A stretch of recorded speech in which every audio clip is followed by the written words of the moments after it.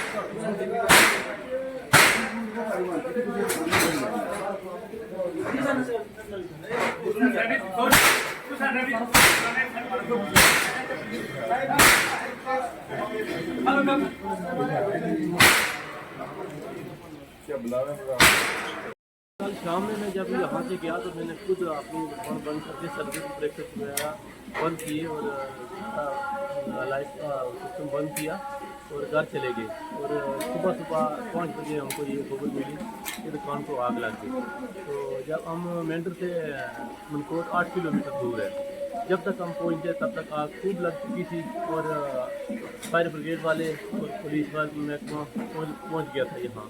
और जब तक उस शटर को खोलने की कोशिश की लेकिन चाबी हमारे पास थी तो शटर टेढ़ा हो गया था और शटर खुल ना सका।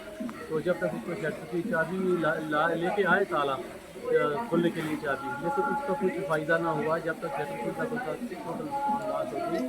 हम खिला मनकोट के रहने वाले हैं, मेरे में दुकान कर रहे थे, लेकिन हमारा जितना भी खर्चा था वो ये दुकान पर लगाया था। हमारा कारोबार इसी दुकान पे चल रहा था। तो हमने 1 महीना पहले काफ़ी दुकान में सामान ला के रखा था, पूरी कच कर दी थी दुकान। तो अभी जो है हमारा कोई और कारोबार नहीं है और कुछ दुकान पर ही डिपेंड था। तो दुकान पूरी हमारी जल गई और फायर ब्रिगेड वालों ने चलने बहुत कोशिश की, टाइम तक पहुँच गए और हमारे जितने इंतजामिया थे वो भी पहुँच गए, लेकिन कुछ उसमें दुकान में बचा नहीं है, पूरी रात हो गई दुकान। और हमारा इंतजामिया से अर्ज़ है, रिक्वेस्ट है कि जितना भी हो सके हमारी मदद करो। डीसी साहब से भी रिक्वेस्ट है कि मदद करो। हम गरीब आदमी हैं और मेहनत मजदूरी कर रहे हैं, हमारी कोई नौकरी नहीं, कोई कुछ नहीं, कोई ज़्यादा बड़ा कारोबार नहीं है। यही दुकान से हम बाल बच्चे को पाल रहे थे। तो हमारा पूरा नाश हो गया है और जितना भी हो सके मदद करो हमारी। तो हम फिर एक बार फिर दुकान को करके रिपेयर करके दुकान में सामान ला के एक बार फिर उसको थोड़ा सा हम स्टैंड करें। हम इस वक्त बिल्कुल फुटपाथ पे आ गए था। तो हमारी बहुत बहुत शुक्रिया। मैं बलराम शर्मा, प्रेसिडेंट व्यापार मंडल मेडल। आज बड़े दुख की बात है कि ये हमारा दूसरा हादसा 1 महीने के अंदर में दूसरा हादसा भी मेडल में हो गया। और ये जो आग लगी है ये साबर मार्केट HDFC और J&K बैंक के बिल्कुल सामने जो दुकान थी उसको तकरीबन 4:15 साढ़े 4 बजे आग लगी। वो जो हमारे CID के सिविल ब्रांच के कालब साहब हैं वो पहले 4 बजे बस स्टैंड पर पूरा चक्कर लगाते हैं हकीम मोड़ तक। मैंने भी 1-2 बार देखा। आज भी वो 4 बजे आए तो बस स्टैंड से चक्कर लगा के वापस जब गए तो कुछ भी नहीं था 4 बजे। तो 4:15 बजे के और 4:30 बजे के बीच जब दोबारा वापस वो जाने लगे तो देखा तो एक दुकान से धुआं निकल रहा था। तो तालब का फोरम दुकान के अंदर आए तो उन्होंने देखा कि बड़े जोर से आग लगी हुई थी।